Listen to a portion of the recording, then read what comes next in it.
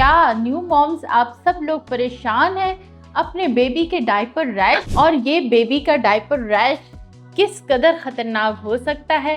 कौन सा रैश जो है जिसे हम नॉर्मल कंसीडर कर सकते हैं और कौन सा रैश है जिस पे हमें फौरी तौर पर डॉक्टर की कंसल्टेशन की ज़रूरत है। अस्सलाम वालेकुम, welcome to Med Nice, because your health matters. I am doctor Aziya Akbar, your medical consultant. आपके घर में नए मेहमान की आमदरफ्त तो होगी और बहुत ही सारी खुशियों के साथ, बहुत सारे तवाइफ और बहुत सारी नेमतों और रहमतों के साथ आप अपने बच्चे का वेलकम तो कर चुके हैं। नाउ ये टॉपिक है उन तमाम न्यू मॉम्स के लिए जिनके बेबीज़ अभी हुए हैं और वो अपने बेबीज़ के लिए बहुत ही ज़्यादा परेशान हैं। तो इन बेबीज़ के लिए आज का जो हमारा टॉपिक है वो आप सब न्यू मॉम्स के लिए बहुत इम्पॉर्टेंट होने वाला है, क्योंकि आज के टॉपिक का नाम है बेबी डायपर रैश। तो क्या न्यू मॉम्स आप सब लोग परेशान हैं अपने बेबी के डायपर रैश? और ये बेबी का डायपर रैश किस कदर खतरनाक हो सकता है? कौन सा रैश जो है जिसे हम नॉर्मल कंसीडर कर सकते हैं और कौन सा रैश है जिस पे हमें फौरी तौर पर डॉक्टर की कंसल्टेशन की ज़रूरत है?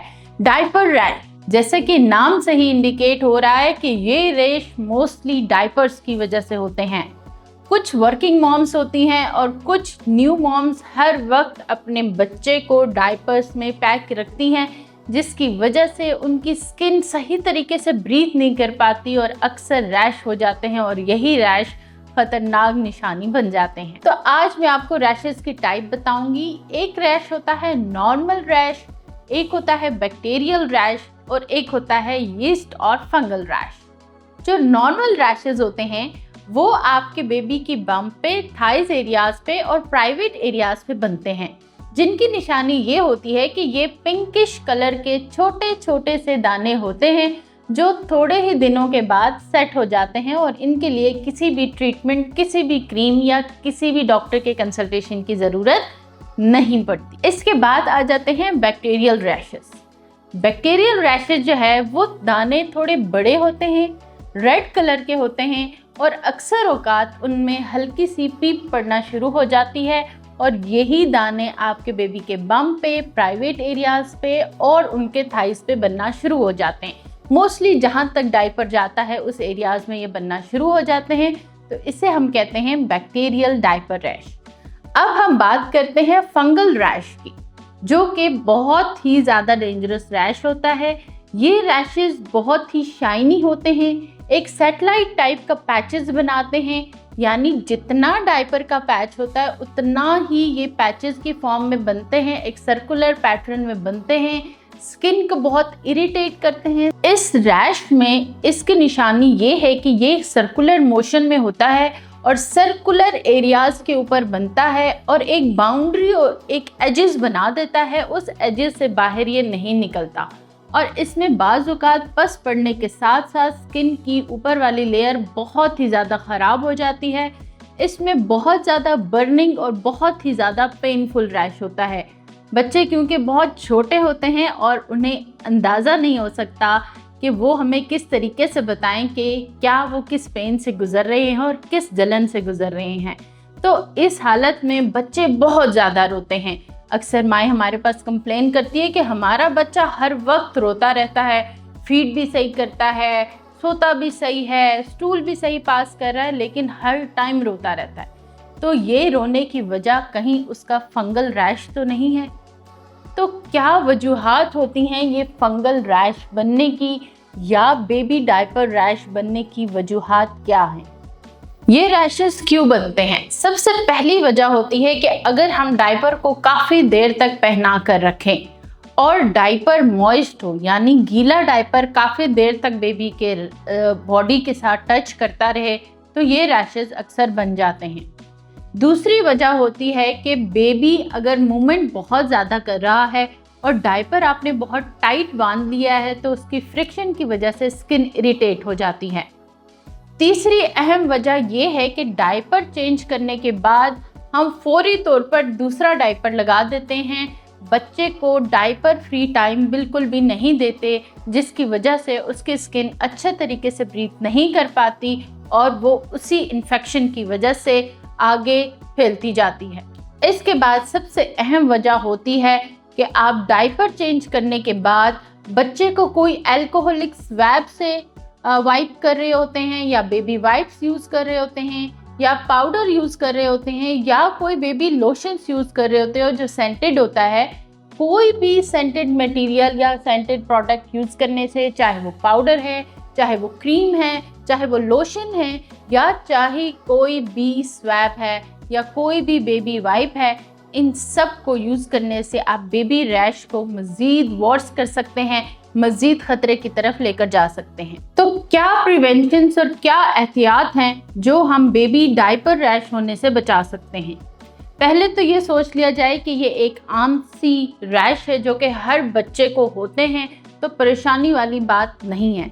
हाँ, जैसे कि मैंने टाइप्स में बताया, अगर बैक्टीरियल या फंगल रैश है तो फौरी तौर पर अपने डॉक्टर से रजू करें। तो कैसे हम मज़ीद इस डायपर रैश को ख़तरनाक सूरत होने से बचा सकते हैं? तो सबसे पहला तरीका ये है कि बेबी का डायपर ज़्यादा देर तक मॉइस्ट यानी गीला नहीं रहना चाहिए। आप हर 2 से 3 घंटे के बाद बेबी का डायपर चेक करते रहें और वेट डायपर को फौरी तौर पर चेंज करें। दूसरी बात कि बेबी का एक डायपर चेंज करने के बाद दूसरे डायपर के बीच में एक डायपर फ्री टाइम रखें, यानी 15 से 20 मिनट बेबी को कुछ मत पहनाइए, उसे डायपर फ्री रखें ताकि उसकी स्किन अच्छे तरीके से ब्रीथ कर सके और इन्फेक्शन का चांस कम से कम हो सके। तीसरी सबसे अच्छी बात ये होनी चाहिए कि डायपर चेंज करते वक्त जो माएँ baby wipes, perfumes, talcum powders या किसी भी बेबी लोशंस का यूज़ करती हैं वो बिल्कुल भी ना करें। जितने भी सेंटेड पाउडर्स या लोशंस या बेबी वाइप्स आते हैं उन सब में अल्कोहल और बहुत सारी दूसरे केमिकल्स होते हैं जो बेबी की नॉर्मल सेंसिटिव स्किन को बहुत ज़्यादा इरिटेशन में डाल देते हैं और बहुत ज़्यादा इन्फेक्शन क्रिएट करते हैं, क्योंकि उन चीज़ों में कोई ऐसे केमिकल्स या मॉइस्चर रह जाते हैं जो स्किन के बैक्टीरिया की ग्रोथ को बढ़ा देते हैं और रैशेस की वजह बन जाते हैं। इसके बाद सबसे अहम बात यह है, डायपर चेंज करने के बाद आप बच्चे को अच्छे तरीके से साफ करके पूरी जगह पे, उसकी टांगों पे, थाइस पे, प्राइवेट एरियाज और बम्स पे वैसलीन की एक थिक लेयर अप्लाई कर सकते हैं।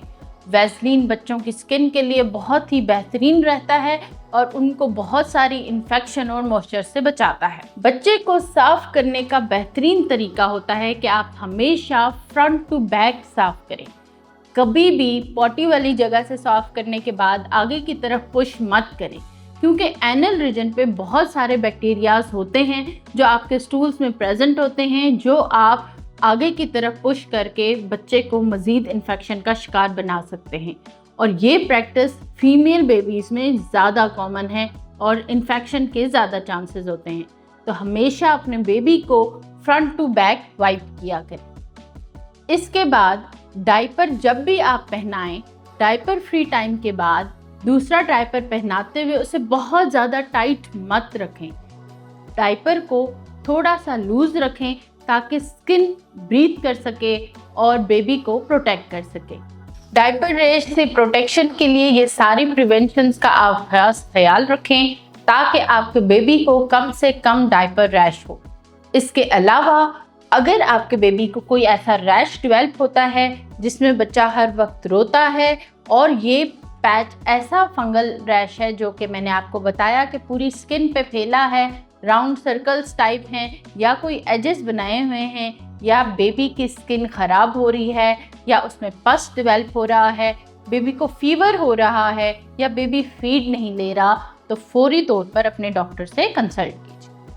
I hope you like the episode today. Stay tuned with me for the next more informative videos. Don't forget to watch me on the YouTube channel Mednice, and if you want to take an appointment, you can contact me through the Mednice channel. Allah Hafiz and take care.